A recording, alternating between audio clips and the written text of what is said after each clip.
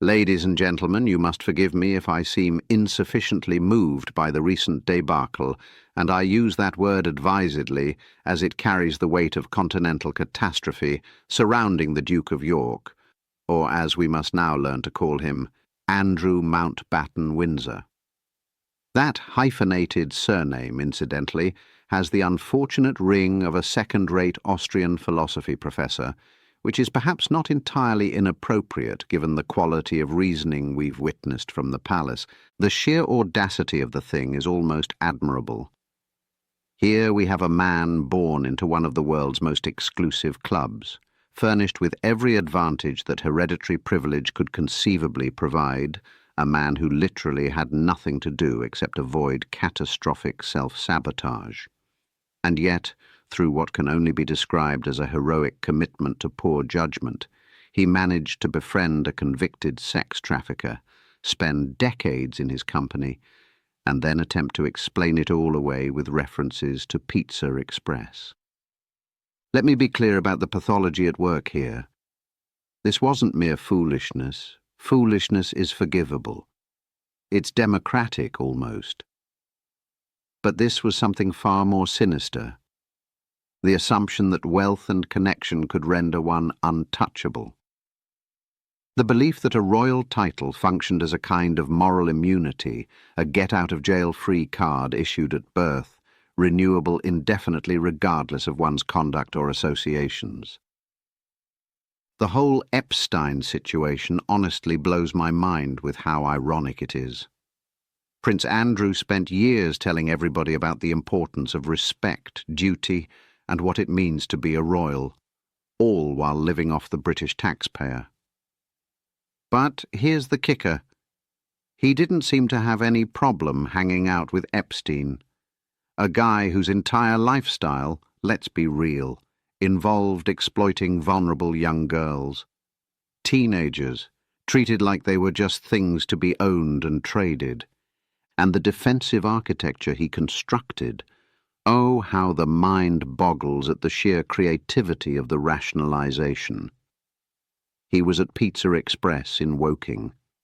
As if the precise location of his whereabouts on a particular evening in 2001 somehow negated the broader pattern of his intimate association with a serial predator. It's the rhetorical equivalent of claiming one cannot be guilty of being in a burning building because one can identify the exact corner in which one was standing when the fire started. The 2019 interview, that television funeral rite broadcast live, stands as one of the great monuments to aristocratic miscalculation. Not since Marie Antoinette has someone so thoroughly managed to transform public sympathy into public revulsion through the simple act of opening their mouth.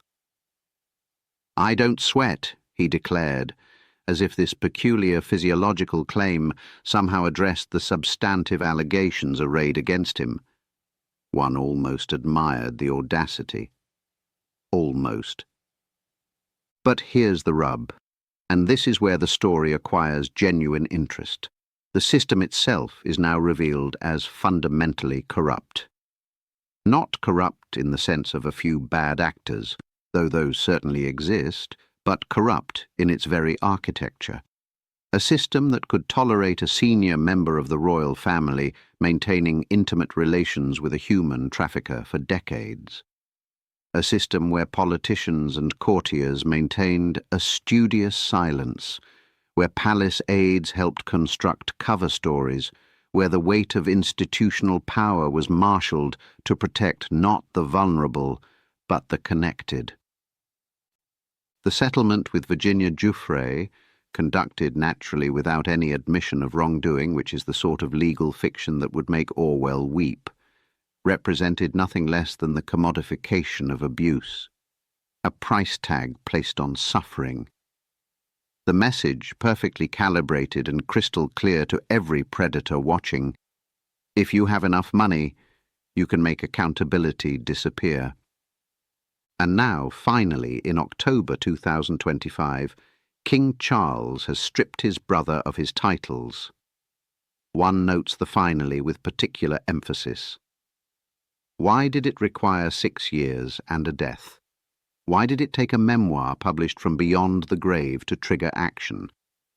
The answer, I suspect, is that the monarchy was willing to tolerate almost anything provided it remained sufficiently quiet.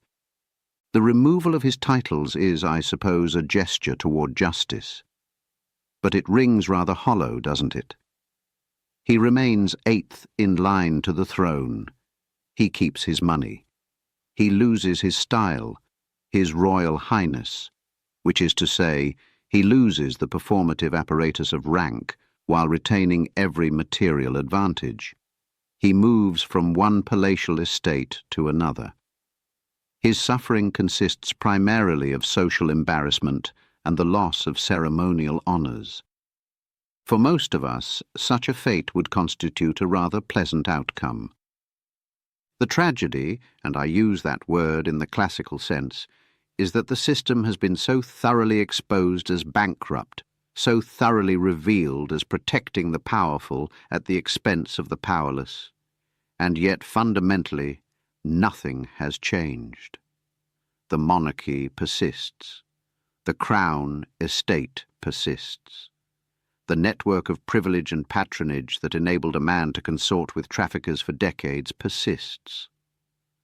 The question that ought to preoccupy us now is not whether Andrew has been sufficiently punished.